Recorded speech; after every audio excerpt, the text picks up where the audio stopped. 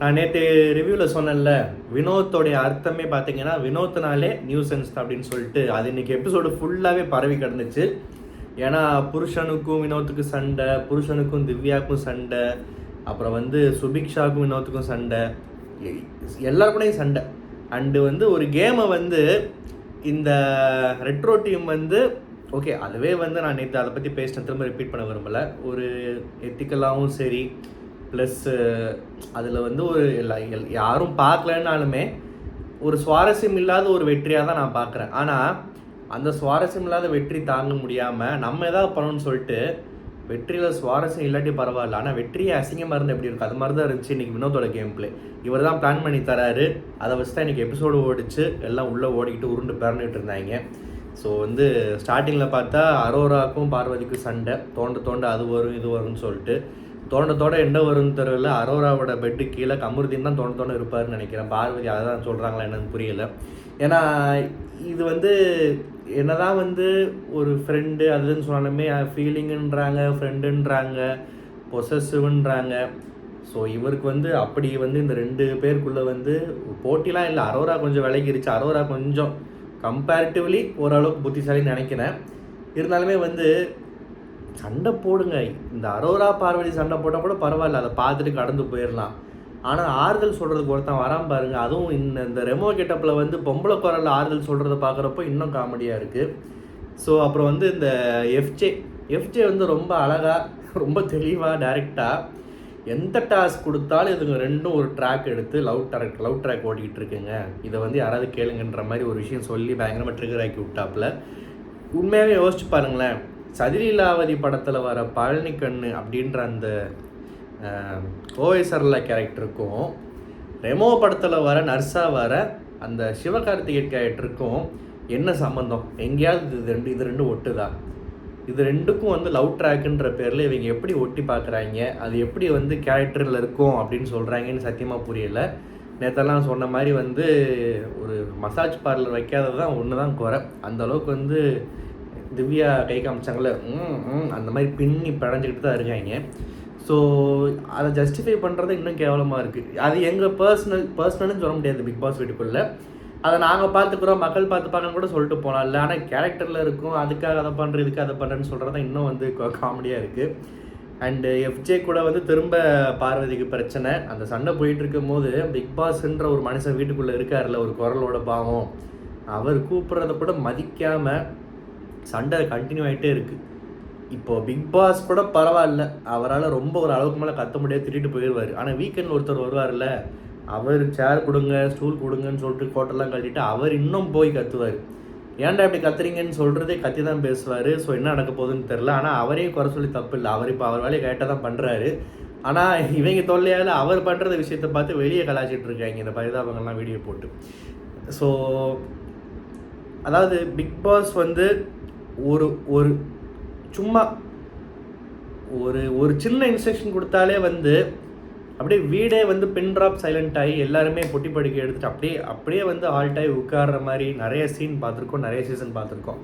ஆனால் இங்கே அந்த சரி ஹோஸ்ட்டு தான் உலகநாயகன் கமல்ஹாசன்லேருந்து இப்போ மக்கள் செல்வன் கொஞ்சம் ஒரு விதமான ஒரு டவுன் கிரேடு மாதிரி இவர் தானே அப்படின்ற மாதிரி அசால்ட் எடுத்துக்கிறாங்கன்னு பார்த்தா பிக் பாஸ்க்கே ஒரு மரியாதை இல்லைன்றப்போ இவர் எங்கே போய் புலம்புவாருன்னு தெரில, இது என்ன நடக்க போகுதுன்னு தெரில வீக்கெண்டில். ஆனால் ஓவரால் திரும்ப ஆரம்பிச்சிட்டிங்களாடான்னு சொல்லிட்டு செம்ம ராடு இருக்குது எல்லாத்துக்கும்.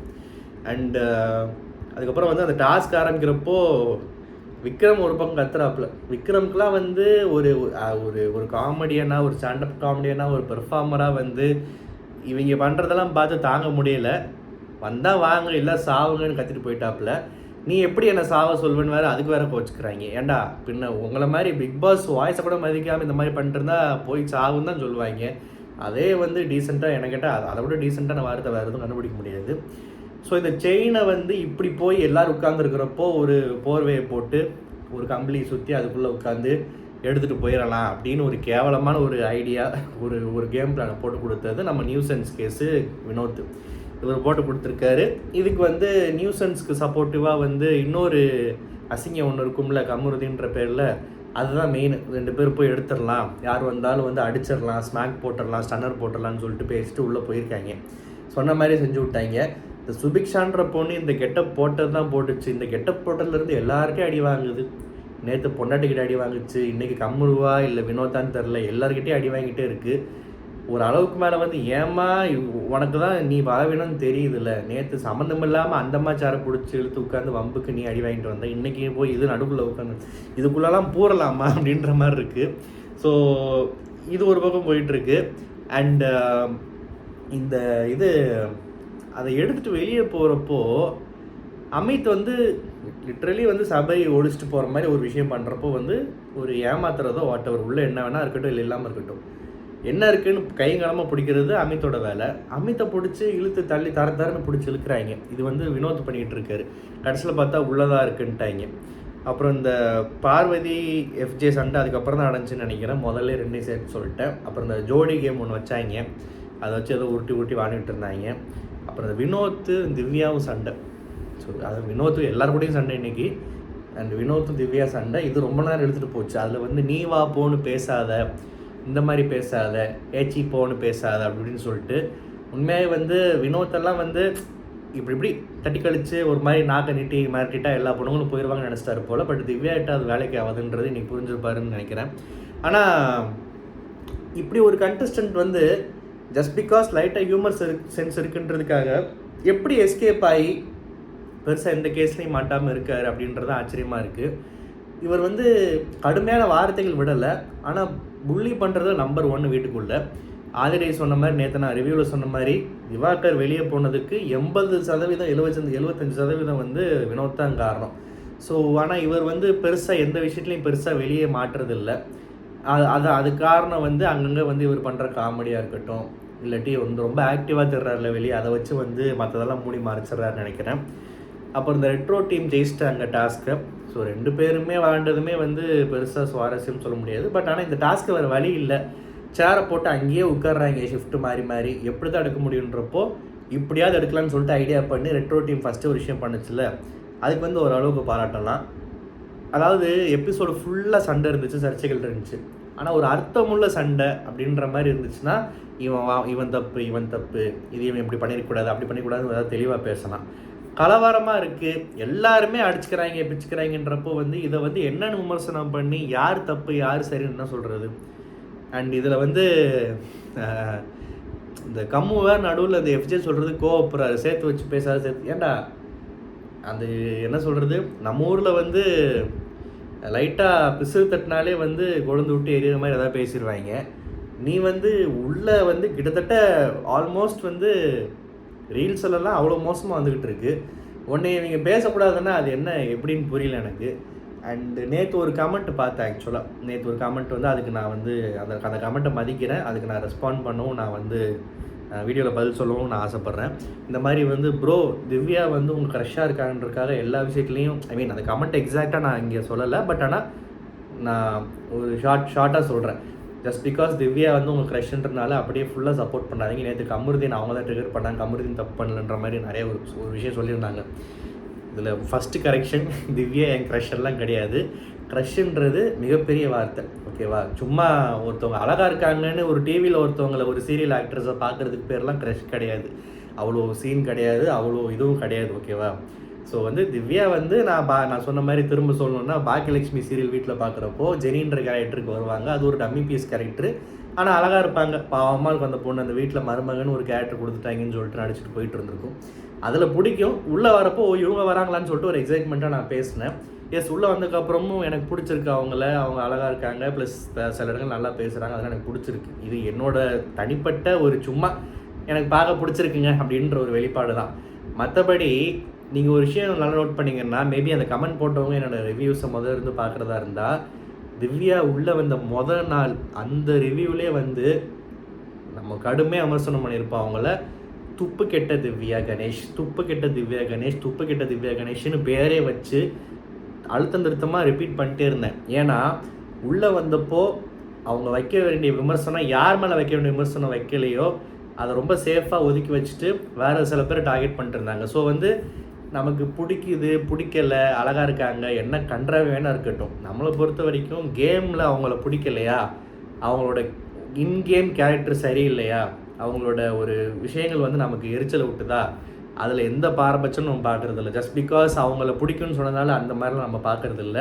பிகாஸ் அப்படி தான் இந்த ரிவ்யூவே ஆரம்பிச்சிச்சு. அதுக்கப்புறம் இப்போ இம்ப்ரூவ்டு பிளேயராக இருக்காங்க. நிறைய விஷயத்தில் வந்து அந்த புருஷன் முன்னாடி இருந்தெல்லாம் கொஞ்சம் வெளியே வந்து கொஞ்சம் நிறைய இடங்களில் தைரியமாக பேசுகிறாங்க. ஸோ அதை கண்டிப்பாக பாராட்டலாம். நேற்று என் ரிவ்யூவில் நான் தெளிவாக சொல்லியிருந்தேன். ஆக்சுவலாக யோசித்து பார்த்தா கம்மு வந்து வம்புக்கு போகல, ரம்யா உட்கார சொன்னது ட்ரிகர் ஆகிட்டாப்புல. அப்புறம் இங்கே வந்து ஏற்கனவே இவங்க 2 பேருக்கு பேச்சுவார்த்தை இல்லை, திவ்யா கம்முக்கும். இந்த போடி வாடின்னு பேசினது திவ்யா சொல்லி காமிச்சக்கப்புறம் தான் இவர் உள்ள வந்தார்னு. ஸோ அதுக்காக அவர் சும்மா இருந்தார், மற்றவங்க தான் ட்ரிகர் பண்ணாங்கன்றதுக்காக கம்முக்கு சப்போர்ட் பண்ண முடியாது. பிகாஸ் கம்முவோட க்ரைம் ரேட் வந்து ஏற்கனவே வந்து இன்ஃபினிட்டி தாண்டி எங்கேயோ போயிடுச்சு. ஓகேவா? இவன் திரும்ப என்ன பண்ணாலுமே சரி, எவ்வளோ வேஷம் போட்டாலும் சரி, அமைதிக்கான நோபல் பரிசே பிக் பாஸ் கமருதீன் கொடுத்தா கூட நான் காய்கறி தான் துப்புன்றதை நான் என்றைக்கோ பதிவு பண்ணிட்டேன். பிகாஸ் அந்த அளவுக்கு வந்து நான் வெறுத்துட்டேன். ஓகேவா? அது ஏன் தெரில, இது ஏன் தெரிலலாம் கிடையாது, அதுக்கு நிறைய காரணம் இருக்குது. என்ன மாதிரி யாராவது இருந்தீங்கன்னா கமெண்ட்டில் சொல்லுங்கள். ஸோ இவர் வந்து அமைதியாக இருந்துட்டார், இவரை வந்து ஒரு பொண்ணு ட்ரிகர் பண்ணிடுச்சுருக்கா, இவர் என்ன வேணுமானு பேசலாம், அதுக்காக அவர் சப்போர்ட் பண்ணுன்ற அவசியம் எனக்கு இல்லை. எனக்கு இப்படி தோணலை. ஓகேவா? அது வந்து மற்றவங்களோட வியூஸை நான் மதிக்கிறேன், எனக்கு அது தோணலை. அதனால் வந்து எவ்வளோதான் பிடிக்காத கண்டஸ்டண்ட்டாக இருந்தாலும் நேற்று ரிவ்யூவில் ஆக்சுவலாக அவர் மேலே பெருசாக தப்பு இல்லை, பட் அவர் ட்ரிகர் ஆகிட்டாருன்னு மற்ற பாயிண்ட்டை நான் சொல்லிட்டு தான் சொன்னேனே தவிர வந்து நான் பிளைண்டாக சப்போர்ட் பண்ணலை. இதுக்கு ஏன் இவ்வளோ எக்ஸ்ப்ளனேஷன் கொடுக்குறேன் அப்படின்ற மாதிரிலாம் ஆக்சுவலி கமெண்ட்ஸ்லாம் நிறையா வரும். ஏன்பா ஒரு கமெண்ட்டுக்கு ஏன்பா இவ்வளோ எக்ஸ்ப்ளனேஷன் கொடுத்துக்கிட்டு இருக்க, இன்றைக்கி ரிவ்யூலே பெருசாக ஒன்றும் இல்லை, நீ பேசுகிறது அதிகமாக இருக்குன்னு யாரும் நினச்சிங்கன்னா அப்படி கிடையாது. க்ரஷ்ஷு, அதனால் வந்து என்ன செஞ்சாலும் சப்போர்ட் அப்படின்ற மாதிரி ஒரு விஷயம் இருந்துச்சுன்னா தயவு செஞ்சு உடச்சிருங்க. நாளைக்கே நம்ம திவ்யா கணேஷ் வந்து சில விஷயங்களுக்கு வந்து உள்ளே வந்து சரியில்லாத மாதிரி எதாவது பண்ணால் கண்டிப்பாக சப்போர்ட் பண்ண மாட்டோம். இருந்தாலும் திரும்ப நான் சொல்கிறேன், அந்த கெட்டப்பில் தில்லானா மோகனாம்பாலே நேரில் வந்து சண்டை போட்டால் எப்படி இருக்கும்?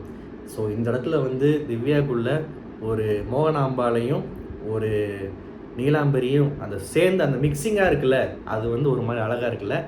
வேண்டா நீ திருந்தவே மாட்டியா அப்படின்னு அந்த கமெண்ட் போட்டவங்க சொல்கிறது எனக்கு காதில் இங்கே கேட்குது.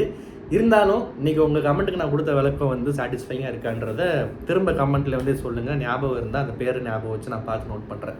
இந்த ரிவ்யூ உங்களுக்கு பிடிச்சிருந்தா மறக்காம சேனல் சப்ஸ்கிரைப் பண்ணுங்கள். நன்றி, வணக்கம்.